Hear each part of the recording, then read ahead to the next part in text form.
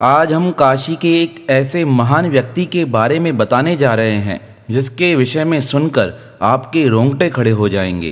किस प्रकार उन्होंने 3 मुर्दों को जीवन दान देकर उन्हें पुनः जीवित कर दिया। उनके जीवन में ऐसे अनेक चमत्कार घटित हुए जिसके विषय में सुनकर सारे लोग उनके सामने नतमस्तक हो गए। कहते हैं एक बार वह प्रयागराज में त्रिवेणी संगम स्नान करने गए। जब वह स्नान कर रहे थे तभी उसी समय प्रयागराज का नवाब अपने उस्ताद शेख तकी के साथ वहां पर आया। उन दोनों ने देखा एक नौजवान व्यक्ति मरा हुआ नदी में बहता हुआ दूसरी ओर जा रहा है।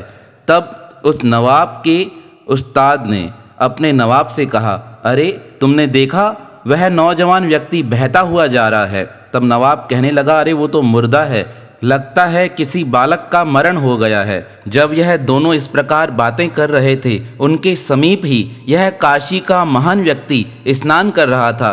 तब नवाब हंसते हुए कहने लगा, अरे उसे हम तो जिंदा नहीं कर सकते, लेकिन हमने सुना है जो यह व्यक्ति काशी से आया है बड़े चमत्कार करता है, हो सकता है यह इसे जीवित कर दे। उन दोनों की बातें सुनकर इस महान व्यक्ति के मन में यह विचार चलने लगा, लगता है यह दोनों मेरा उपहास कर रहे हैं। इतने में उस महान व्यक्ति ने उस बहते हुए बालक की ओर इशारा करते हुए कहा, जल्दी से यहाँ पर आओ, तुम्हें यह नवाब याद करता है। लेकिन इस बात का मुर्दे के शरीर पर कोई असर नहीं हुआ। तब उस व्यक्ति ने कहा, इस नवाब का उस्ताद शेख तकी तुम्हें आदेश देता है, तुम यहाँ पर आओ। तब भी वह व्यक्ति नहीं आया। तब तीसरी बार उस महान व्यक्ति ने अपना नाम लेते हुए कहा, मैं तुम्हें आदेश देता हूँ, तुम यहाँ पर आओ। कहते हैं उसका आदेश पाते ही वह मुर्दा अचानक से जीवित हो उठा और पानी पर चलता हुआ उसके पास आया। जब प्रयागराज के नवाब ने यह चमत्कार देखा तब उसके मुंह से अचानक से निकल आया, यह तो कमाल है।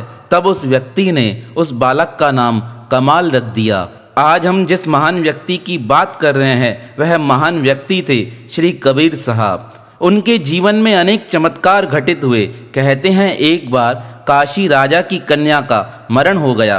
वह 5 वर्ष की थी। जब उन्हें पता चला कि कबीरदास जी मुर्दे को जीवन दान दे देते हैं तब वह रोते हुए कबीर साहब के पास आकर कहने लगे, हे नाथ मेरे ऊपर दया करो, मैं आपका भक्त हूँ। मेरी 5 वर्ष की कन्या का मरण हो गया है और हमारी रीत के अनुसार हम उसे समाधि में दफनाकर आए हैं। आप चलकर पुनः उसे जीवित कर दो। राजा की बात मानकर कबीर साहब उस स्थान पर आए जहाँ पर उस मृत कन्या को दफनाया गया था। कबीर साहब ने उस कन्या को आदेश देते हुए कहा, तुम्हारे पिता तुम्हें याद करते हैं, तुम आ जाओ। पर वह कन्या नहीं आई।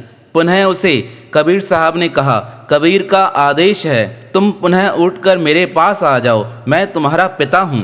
उनकी बात मानकर वह मृत कन्या पुनः जीवित हो गई और उनके चरणों में प्रणाम कर कहने लगी, आज से आप ही मेरे पिता हैं। तब कमाल की ओर देखकर कबीर साहब ने कहा, मेरा एक पुत्र कमाल है और यह मेरी पुत्री कमाली है। इस प्रकार कबीर साहब के चमत्कारों का सारे संसार में वर्णन होने लगा। एक बार बलक बुखारा के बादशाह का पुत्र मृत हो गया।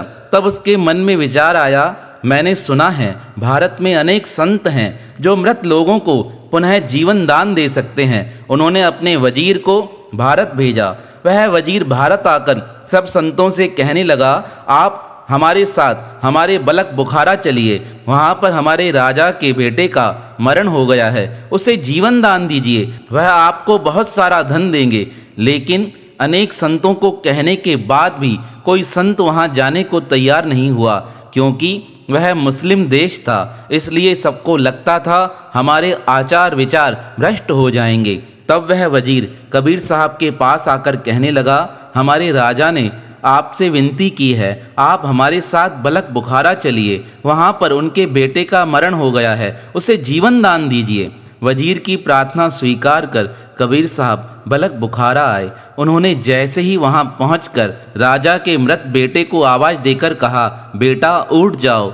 इतना कहते ही वह मरा बालक पुनः जीवित हो गया। अब तो बलक बुखारा में भी कबीर साहब का प्रचार होने लगा। तब बलक बुखारा के राजा ने बहुत सारा धन देकर कबीर साहब को अपने वजीर और मंत्रियों के साथ काशी की ओर रवाना किया। जब कबीर साहब के पास बहुत सारा धन आ गया तो उन्होंने वह सारा धन लोगों की सेवा में लुटा दिया। यह बात जब भारत के नवाब सिकंदर लोदी को पता चली तो वह भी काशी आया। वह काशी जैसे ही पहुंचा तो उसके कानों को कबीर से ईर्ष्या करने वालों ने भर दिया। वह कहने लगे, कबीर साहब अपने आप को भगवान मानता है, वह किसी के आगे सलाम नहीं करता है, आप उसे अपनी सभा में बुलाकर सबक दीजिए। कबीर साहब को सिकंदर लोदी ने अपनी सभा में बुलाया। जैसे ही कबीर साहब आए, वजीरों ने कहा, यह भारत के सम्राट हैं, इनके आगे सलाम करो। कबीर साहब ने कहा, मैं सिर्फ अपने परमात्मा के आगे सलाम करता हूँ, अन्य किसी व्यक्ति के आगे नहीं। उनकी यह बातें सुनकर सम्राट को क्रोध आ गया। उसने कहा, कबीर साहब को जंजीरों से बांधकर गंगा में डुबा दिया जाए। अब सिपाही लोग कबीर साहब को जंजीरों से बांधकर गंगा में डुबाने लगे। तब अचानक से एक चमत्कार हुआ। उसे देखकर सब लोग विस्मित हो गए। वह ऐसी अनोखी घटना थी जिसके विषय में सम्राट सोच भी नहीं सकता था। जैसे ही कबीर साहब को गंगा में डुबाया गया, उनके हाथों में जंजीरें बंधी पड़ी थी। गंगा में डूबते ही अपने आप वह जंजीरें पता नहीं कहाँ गायब हो गई। यह देखकर वह सिकंदर लोदी भयभीत हो गया। वह कबीर साहब के चरणों में आ प्रणाम कर कहने लगा, महाराज मुझे क्षमा करो। कबीर साहब ने कहा, आज के बाद कभी किसी संत को इस प्रकार परेशान नहीं करना। कबीर जी के जीवन में इस प्रकार अनेक चमत्कार हुए थे। एक बार कबीरदास जी अपने घर बैठे थे और अचानक से काशी का राजा उनके पास पहुंचा। तब कबीर जी ने थोड़ा जल लेकर मिट्टी पर डाल दिया। तब काशी का नरेश पूछने लगा, महाराज यह आपने क्या किया है? आपने यह पूरा जल मिट्टी में डाल दिया है। तब कबीर जी कहने लगे, जगन्नाथपुरी का एक पुजारी प्रसाद बनाकर रसोई से निकल रहा था, तभी उसका पैर लकड़ी से जलने वाला था। मैंने यह पानी डालकर उस जलती हुई लकड़ी को बुझा दिया है। काशी नरेश को इस बात पर यकीन नहीं हुआ। उसने इस बात की पुष्टि करने के लिए कुछ मंत्री जगन्नाथपुरी भेजे। जब वह जगन्नाथपुरी गए तो उन्हें इस बात का पता चला। हकीकत में कुछ दिन पहले एक पुजारी भगवान का प्रसाद लेकर जा रहा था। अचानक से एक गर्म जलती हुई लकड़ी उसके पैर के नज़दीक आकर गिरी, लेकिन पर पता नहीं अचानक से थोड़ा जल उसके ऊपर गिरा।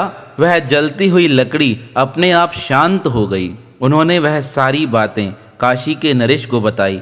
जब काशी के नरेश को इस बात की पुष्टि हो गई, वह पुनः दौड़ता हुआ कबीर जी के चरणों में प्रणाम कर कहने लगा, महाराज आपका कहना बिल्कुल सत्य था। जगन्नाथपुरी में सच में आग लगने वाली थी, लेकिन आपके जल के प्रभाव से वह आग शांत हो गई। कबीरदास की ओर देखकर कहने लगा, महाराज मुझे भी ऐसी शक्ति चाहिए। कबीर जी ने कहा, यह शक्ति मेरी नहीं है, यह तो परमात्मा के नाम की शक्ति है। कबीर साहब का प्रचार होने लगा। कहते हैं इतना सब होने के पश्चात भी कबीर साहब अपना परिवार कपड़ा सिलकर लोगों को बेचकर चलाते थे। एक बार कबीर साहब बाजार में खड़े हुए वस्त्र बेच रहे थे। तभी एक गरीब व्यक्ति उनके पास आकर कहने लगा, मेरे पास खाने को कुछ नहीं है, मुझे कुछ दे दो। तब कबीर साहब ने आधा कपड़ा फाड़ कर उसे देते हुए कहा, तुम इसे बेच देना, तुम्हें धन की प्राप्ति हो जाएगी। तब वह व्यक्ति कहने लगा, अरे आधे कपड़े से क्या होगा, पूरा कपड़ा मुझे दे दो, तब मैं बेचूंगा, तब मुझे धन की प्राप्ति अच्छी होगी। कबीर साहब बड़े दयालु थे। उन्होंने वह पूरा कपड़ा उस गरीब व्यक्ति को दे दिया। अब वह तो लेकर चला गया।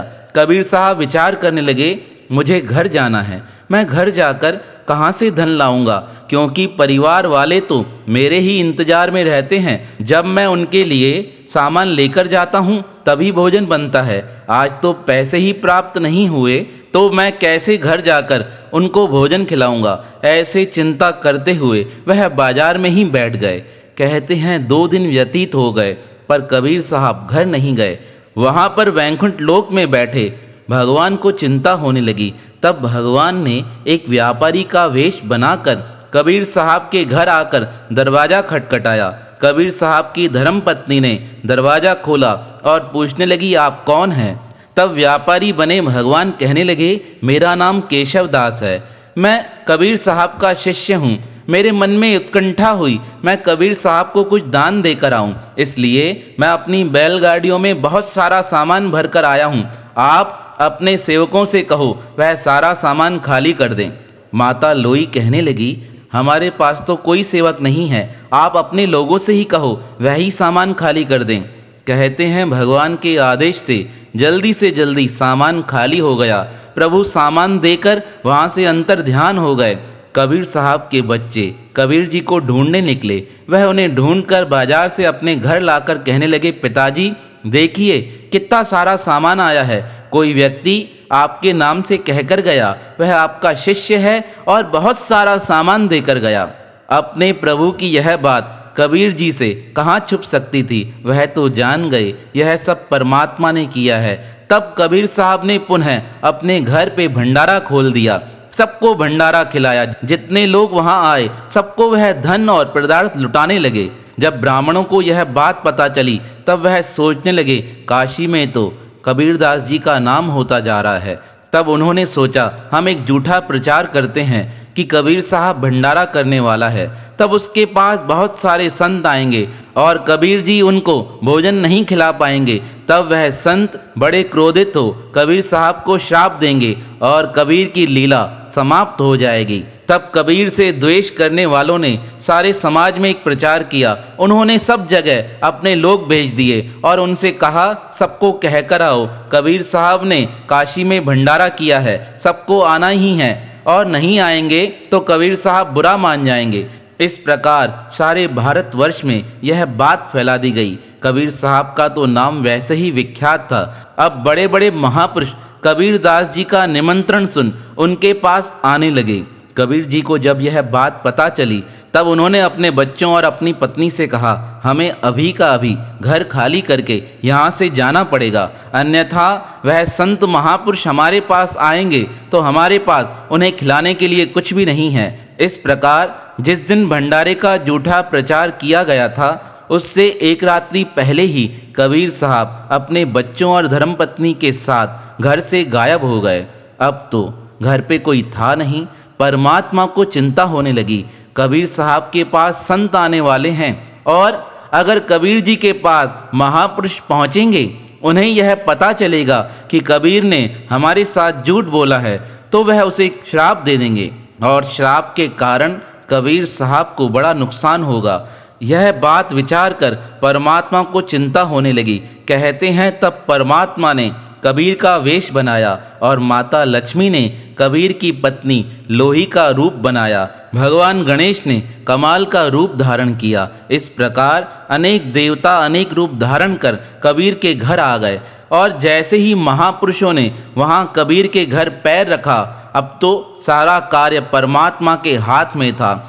वहाँ पर परमात्मा ने कबीर बनकर सबको अथाह रूप में भंडारा खिलाया। वह भंडारा भी कोई साधारण नहीं था।